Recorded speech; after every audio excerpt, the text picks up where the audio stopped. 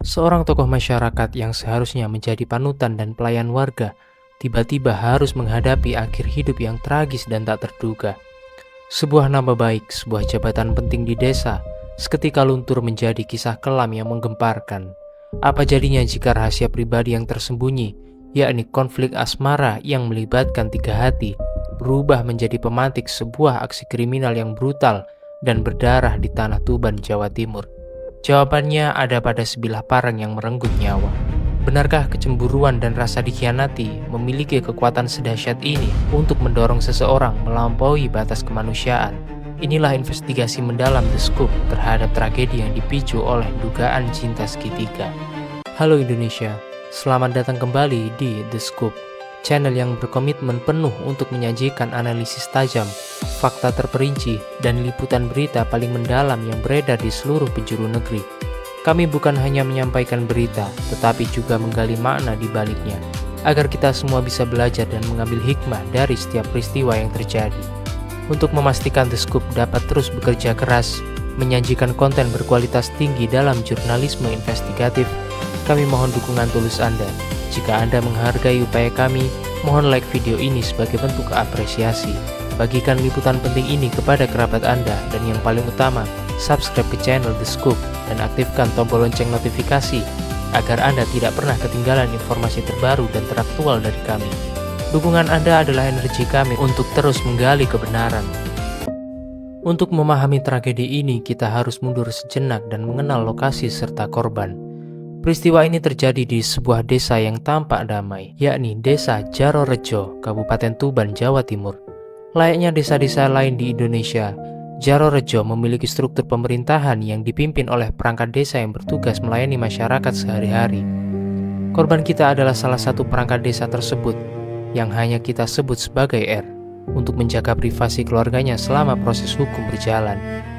R adalah sosok yang memiliki peran sentral dalam administrasi desa, menjadi jembatan antara kebutuhan warga dan kebijakan pemerintah daerah. Di mata publik, R adalah seorang abdi negara yang sehari-hari disibukkan dengan urusan pelayanan publik, mulai dari surat menyurat hingga mediasi konflik kecil antara warga. Namun di balik citra sebagai pelayan masyarakat yang dihormati, terkuak bahwa kehidupan pribadi R menyimpan kompleksitas yang tak terduga. Jauh dari hiruk-pikuk kantor desa, R diduga kuat terlibat dalam jalinan asmara yang rumit, sebuah cinta segitiga yang melibatkan dua hati lainnya.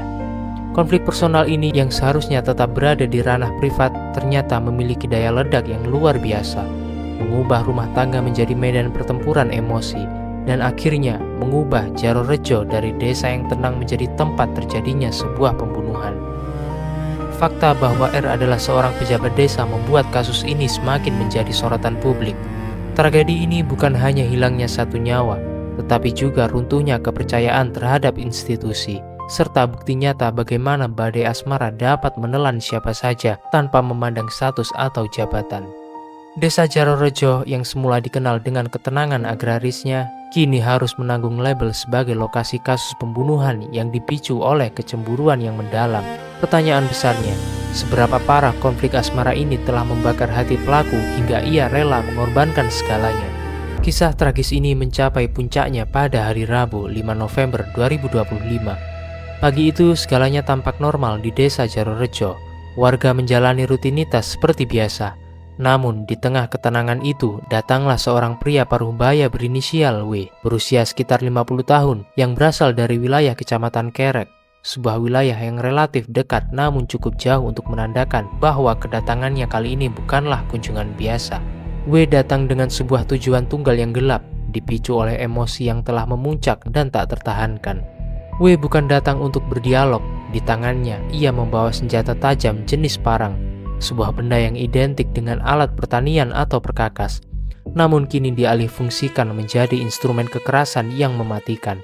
Kedatangan W ke Jarorejo adalah puncak dari akumulasi rasa sakit hati, pengkhianatan, dan cemburu yang telah lama terpendam.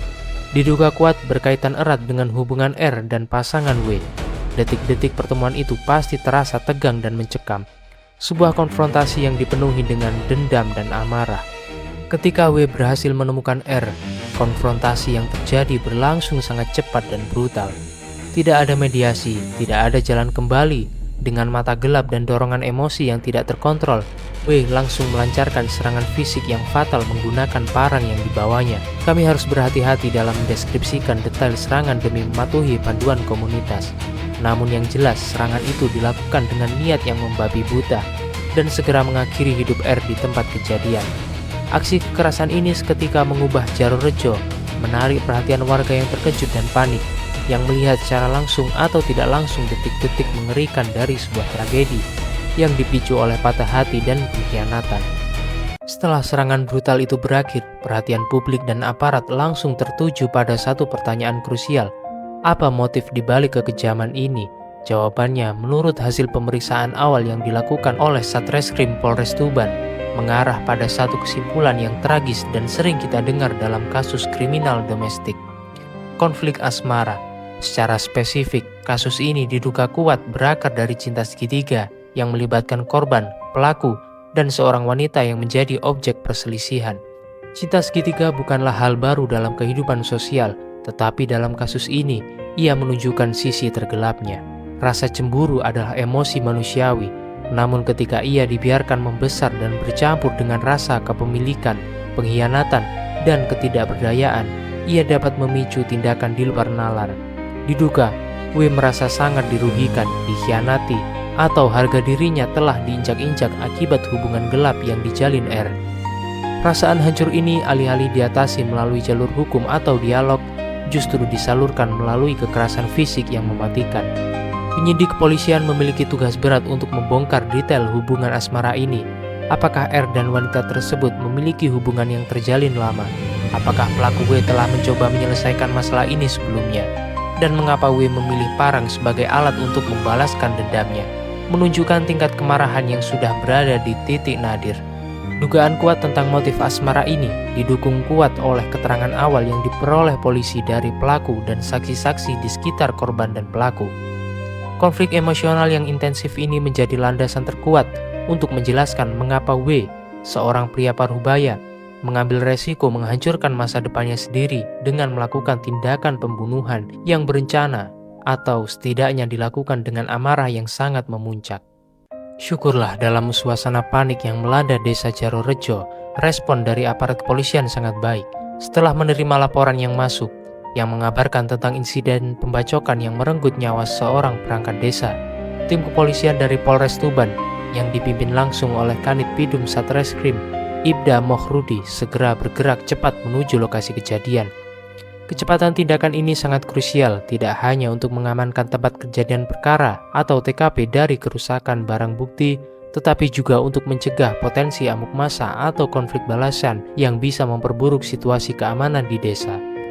Dalam waktu yang relatif singkat, petugas berhasil mengamankan pelaku berinisial W di lokasi atau tidak jauh dari lokasi kejadian. Tindakan pengamanan yang cepat ini menunjukkan kesigapan aparat dalam merespon tindak kriminal serius. W kemudian langsung dibawa ke Mapolres Tuban untuk menjalani pemeriksaan awal. Langkah ini sangat penting karena pemeriksaan awal adalah kunci untuk mendapatkan keterangan langsung dari pelaku, termasuk pengakuan tentang motif dan kronologi kejadian, yang kemudian menguatkan dugaan polisi tentang konflik cinta segitiga. Selain mengamankan pelaku, fokus polisi juga segera beralih pada penanganan korban dan TKP. Jenazah R dievakuasi dari lokasi dan segera dibawa menuju rumah sakit untuk dilakukan proses visum et repertum, sebuah langkah hukum standar untuk mengidentifikasi penyebab pasti kematian, jenis luka, dan waktu perkiraan kematian, yang semuanya akan menjadi bukti kuat dalam persidangan. Di saat yang sama, tim forensik bekerja keras mengumpulkan barang bukti di TKP, termasuk senjata tajam jenis parang yang diduga digunakan dalam aksi pembunuhan. Seluruh proses ini dilakukan secara profesional dan terstruktur, menjamin bahwa penyelidikan dilakukan berdasarkan bukti faktual dan prosedur hukum yang berlaku. Pasca penangkapan, fokus utama kini beralih sepenuhnya ke ranah hukum. Pelaku, W, kini telah ditetapkan sebagai terduga utama dan menjalani pemeriksaan intensif di ruang penyidik Mapolres Tuban. Pemeriksaan ini sangat mendalam, mencakup segala aspek, mulai dari riwayat hubungannya dengan korban, detail rencana aksi, hingga penelusuran apakah ada pihak lain yang mungkin terlibat atau mengetahui rencana kejahatan tersebut. Tujuan utama penyidik adalah mengumpulkan bukti yang cukup dan menyusun konstruksi hukum yang tepat. Apakah ini murni pembunuhan spontan yang didorong amarah sesaat atau pembunuhan berencana yang telah direncanakan sebelumnya? Di sisi lain, hasil visum et repertum yang dilakukan pada jenazah R sangat dinantikan oleh penyidik. Hasil visum akan menjadi bukti kunci yang tak terbantahkan mengenai sebab-sebab kematian dan relevansi dengan senjata yang digunakan. Bukti forensik ini ditambah dengan keterangan saksi mata di Jarorejo dan barang bukti berupa parang akan menjadi fondasi bagi jaksa penuntut umum untuk mengajukan tuntutan di pengadilan. Dalam konteks hukum, W kemungkinan akan dijerat dengan pasal-pasal berat dalam Kitab Undang-Undang Hukum Pidana KUHP seperti pasal 338 tentang pembunuhan atau jika unsur perencanaan terbukti, pasal 340 tentang pembunuhan berencana yang membawa ancaman hukuman maksimal hingga pidana mati atau penjara seumur hidup. Kasus ini akan menjadi ujian bagi sistem peradilan di Tuban untuk membuktikan bahwa keadilan akan ditegakkan tanpa pandang bulu. Seluruh mata kini tertuju pada kelanjutan proses hukum ini. Berharap bahwa setiap detail tragedi akan terungkap dan pelaku akan mendapatkan hukuman setimpal sesuai perbuatannya. Tragedi di Tuban ini yang berawal dari kisah asmara sekali lagi mengajarkan kita sebuah pelajaran hidup yang mahal dan menyakitkan. Peristiwa ini bukan hanya tentang hukum dan kriminalitas, tetapi juga tentang kegagalan kita sebagai manusia dalam mengelola emosi. Pesan moral yang sangat kuat, kekerasan tidak pernah dan tidak akan pernah menjadi solusi atas masalah hati atau konflik rumah tangga apapun. Jalan terbaik selalu melalui komunikasi terbuka atau jika tidak memungkinkan, melalui pemisahan yang damai dan proses hukum yang legal. Ketika cemburu atau rasa dikhianati menguasai diri, ia menutup pintu akal sehat dan membuat pintu bencana. Kita harus selalu ingat bahwa nyawa manusia adalah sesuatu yang tak ternilai harganya, dan tidak ada konflik sekecil atau sebesar apapun yang membenarkan hilangnya nyawa. Marilah kita jadikan kasus ini sebagai cermin untuk selalu mengutamakan pengendalian diri, mencari bantuan profesional, atau melibatkan pihak ketiga yang netral ketika menghadapi badai emosi yang mengancam kehancuran. Semoga keluarga korban R diberi kekuatan dan ketabahan dalam menghadapi cobaan ini, dan semoga proses hukum dapat berjalan seadil-adilnya. Kita semua berharap bahwa kasus serupa tidak akan pernah terulang lagi, di Tuban maupun dimanapun. Terima kasih yang sebesar-besarnya kami ucapkan karena Anda telah setia menonton liputan mendalam dari The Scoop hingga akhir. Partisipasi Anda sangat kami hargai. Tetaplah kritis, waspada, dan jangan pernah lelah untuk menyebarkan kebaikan. Sampai jumpa kembali di liputan investigasi The Scoop berikutnya.